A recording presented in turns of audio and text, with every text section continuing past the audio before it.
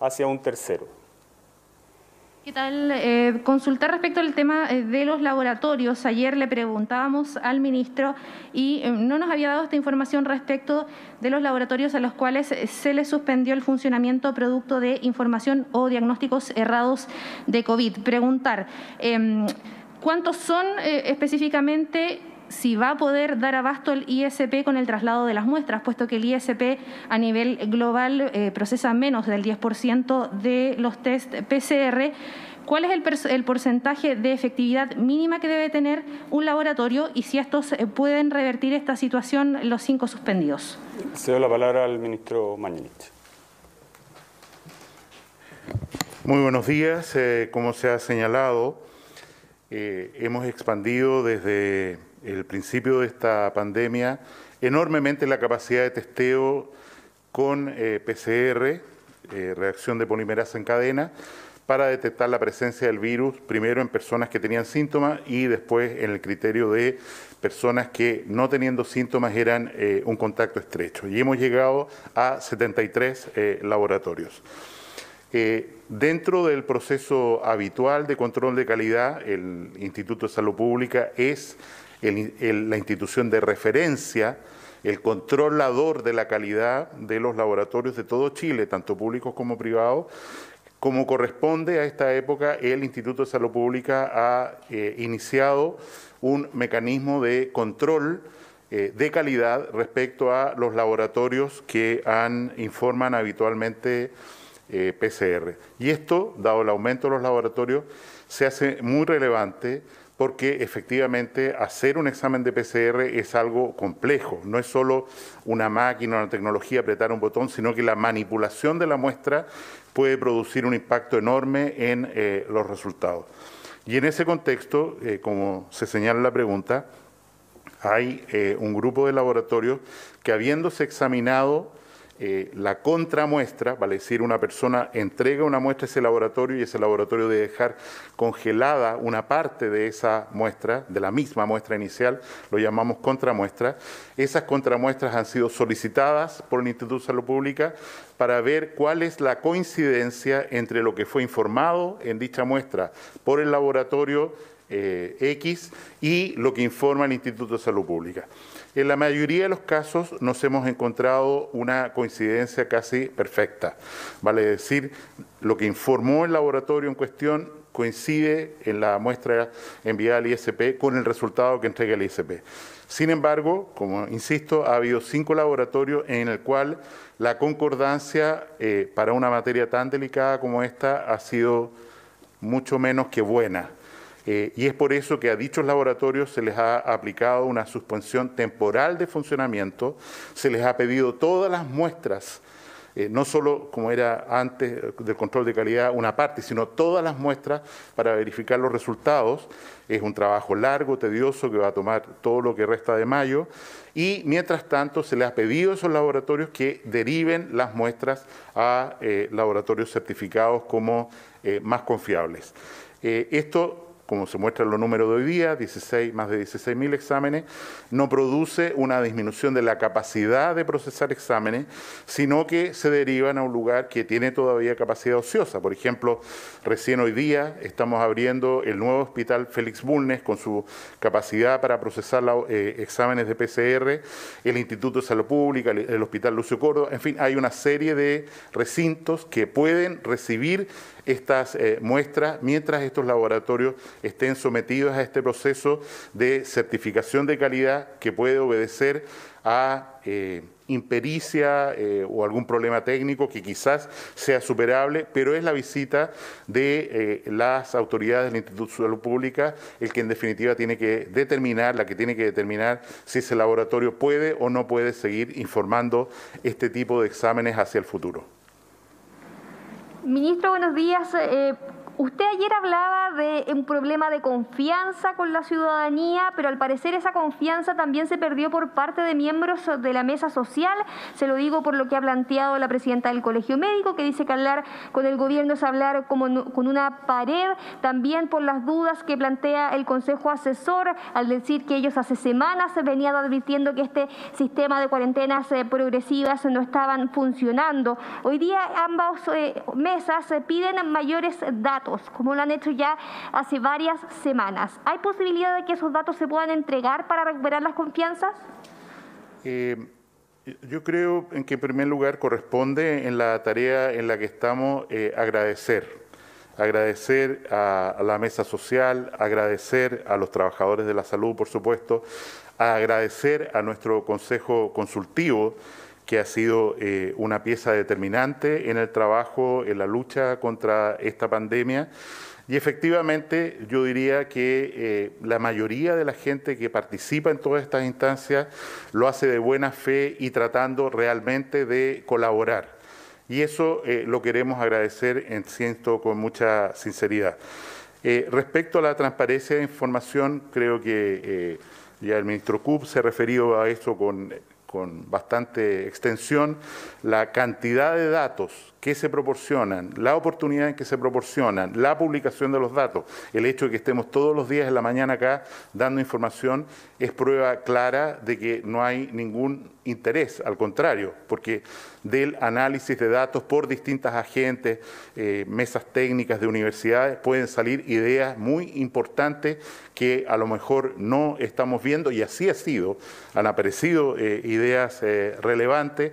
Hoy día, por ejemplo, sin ir más lejos, una universidad del sur de Chile publica la posibilidad de hacer un mecanismo diferente de hacer pruebas de PCR para usar menos reactivos. Esos son aportes muy valiosos que, insisto, agradecemos. Nosotros no estamos para pelear con nadie acá, estamos para agradecer la colaboración y evidentemente el gobierno tiene que tomar sus decisiones, actuar en consecuencia, es lo que estamos haciendo, y el enemigo es uno solo y se llama coronavirus. Ministro, consultarle también en qué estado está la ampliación de la definición de caso sospechoso para COVID-19. Usted informó el 27 de abril que el Consejo Asesor había precisamente recomendado ampliar la definición de casos sospechosos, pero se señala desde el Colegio Médico y también miembros de este Consejo Asesor que todavía no se aplica dicha ampliación de casos sospechosos de COVID-19. A nosotros nos parece que ha llegado el momento, y así lo estamos compartiendo con el grupo asesor, en que la posibilidad de que una persona que ha tenido contacto estrecho, definido en la forma que sabemos, con un caso comprobado de coronavirus y que desarrolla síntomas de infección respiratoria, la posibilidad de que esa persona no esté cursando con una infección por coronavirus es muy baja. Vale decir, tenemos una circulación de otros virus prácticamente mínima, estoy hablando de sincicial respiratorio, influenza, que han dejado de participar dentro del monitoreo que hacemos en la red de presencia de virus, y coronavirus es cada vez más presente. Y en ese contexto le hemos propuesto, en relación a su pregunta, al Consejo Consultivo, que cambiemos la definición de caso, incluyendo con una mayor ambición que la que tenemos hoy día, como casos de coronavirus, aquellos pacientes, casos certificados de coronavirus, aquellas personas que desarrollan síntomas respiratorios, que certificadamente, comprobadamente han estado en contacto en las fechas que corresponden con un caso positivo para coronavirus y sin necesidad de hacerle PCR, lo sumemos como un caso de coronavirus. ¿Por qué es esto? Porque tenemos que recordar que la sensibilidad del PCR no es 100%. Vale decir, uno puede tomar a una persona que ha estado en contacto estrecho con un paciente coronavirus positivo, le hace el examen de PCR y ese examen sale negativo. la probabilidad de que ese examen sea un falso negativo, dada la sensibilidad del examen, y que ese paciente en realidad tenga una infección por coronavirus y que sea prudente que esa persona haga el aislamiento, haga el tratamiento, sea mirado como un caso y tratado como un caso positivo, es lo que le hemos propuesto al grupo asesor, y yo creo que es posible que rápidamente lleguemos a un acuerdo, insisto, para sumar como casos a los contactos estrechos que desarrollen síntomas sin necesidad de recurrir o tener que hacer un examen PCR y a lo mejor en la búsqueda de ese resultado demorar medidas muy efectivas para lograr que esta persona en concreto, suponiendo casi con certeza que es un caso coronavirus, se aísle y haga todas las medidas de protección para no contagiar a otros. Ministro, buenos días, subsecretarios. Preguntarles, así como se anticipan a la llegada de pacientes UCI, también de qué manera se han anticipado a un mayor número de muertes. ¿Por qué no se le ha pedido al Cementerio General o a otros recintos por parte del Ministerio ampliar, por ejemplo, el número de tumbas? Y en términos de información, hay algunos parlamentarios que también aseguran que habían más fallecidos vinculados al COVID-19 e incluso las personas de los trasladados dicen qué vamos a hacer cuando una persona fallezca, ¿quién asume estos costos del traslado? Evidentemente una persona, todo lo que se refiere a traslados son asumidos por el Ministerio de Salud, por el Gobierno, y en relación a su pregunta yo aprovecho de puntualizar lo siguiente. Es evidente que estamos ante una situación epidemiológica muy compleja. El mayor desafío para la salud de Chile y probablemente del planeta observado en muchas décadas. Y en ese sentido volvemos a insistir en un llamado a la colaboración y a un llamado también a tener mucha responsabilidad en la información, porque las informaciones falsas, las informaciones que aterrorizan, que son copiadas una y otra vez con un cierto grado de ingenuidad por medios serios, producen mucho daño y hay que certificar la fuente de los datos. Y voy a mencionar solo 4 ejemplos recientes para ilustrarlo. El primero es el que usted hace mención. En el día de ayer, antenoche en realidad, ayer, un funcionario ya identificado del municipio saca fotos de un procedimiento habitual en el Cementerio General que es tumbas temporales. Esto ocurre siempre. Tumbas temporales, vale decir que tienen un tiempo finito de uso, son desocupadas para ser usadas por nuevos difuntos, cualquiera sea la causa. Sin embargo, este funcionario pone en la red de que se ha instruido, se ha pedido por parte del Ministerio de Salud, cosa que nunca ha ocurrido, que se creen cupos de cementerio para recibir a las víctimas de la pandemia. Tanto es así que el alcalde Daniel Jadue, que es al final de cuentas el rector del Cementerio General, el que está a cargo del Cementerio General como cementerio municipal, tiene que publicar él. Ustedes no dudarán en ningún momento que él no es un partidario del actual gobierno. Tiene que publicar él un llamado de reclamo a un medio diciendo, mire, no, lamento que determinado medio se haga eco de una información totalmente falsa, de un funcionario calificado de él, dependiente de él, irresponsable. Y más aún dice, no existe solicitud alguna de parte de la Seremi de Salud. Las acciones del Cementerio General, como ya he señalado, corresponden. Entonces uno dice, esto es delicado. Y no sé qué acciones tomará el alcalde, pero es muy delicado. Cuando uno de una red social copia una información, la repite, y ni siquiera después tiene la delicadeza como medio serio de decir, ojo, nos equivocamos, pedimos disculpas, no era cierto. La información que pusimos en nuestro Twitter, en nuestra red, en nuestra prensa, en nuestro canal de televisión, no obedece a lo correcto, sería un gesto deseable para todos los medios de comunicación de nuestro país. Pongo un segundo ejemplo al cual usted hace referencia también. Fallecidos por causa respiratoria. Se produce una consulta al registro civil que no califica, es el Departamento de Estadística del Ministerio de Salud, de Información de Salud, el que califica los elementos que están en un certificado de función como causas de muerte directas o causas no asociadas al fallecimiento. Si yo pregunto al registro civil, dígame usted, en los meses por redondear, de marzo y abril, ¿cuánta gente tiene en su certificado de función alguna enfermedad respiratoria? La respuesta al registro civil es 4.100 y tanto. A ver, un momentito. Pero aquí está incluida una persona que tuvo asma, que tenía asma bronquial y que murió en un accidente del tránsito. Sí. Aquí está incluido una persona que tenía una enfermedad bronquial obstructiva, pero murió de un infarto agudo del corazón. ¿Cuál es la causa de muerte?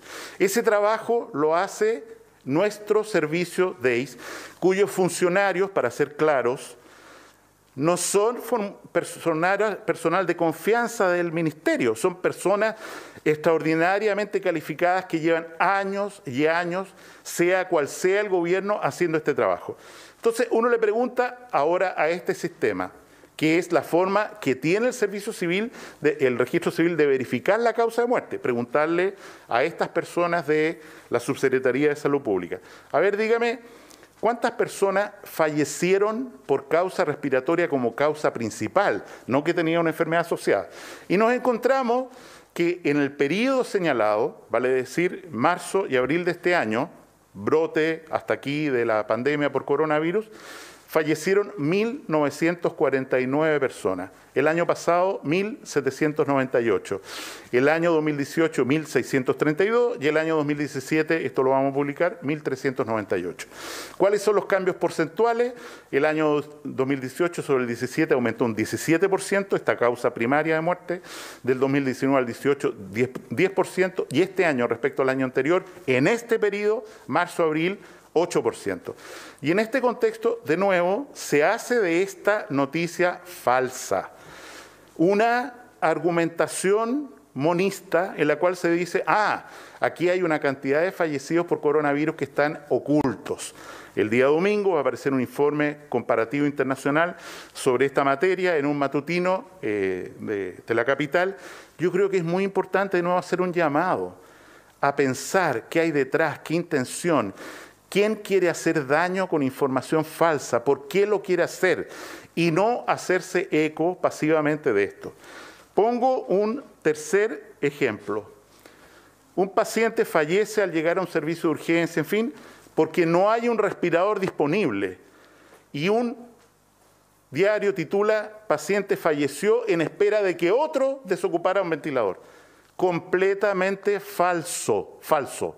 En el hospital en cuestión había 9 máquinas de anestesia disponibles y un ventilador disponible para ese enfermo que de hecho estaba viajando al servicio de urgencia cuando hizo un paro cardiorrespiratorio en medio de una intubación.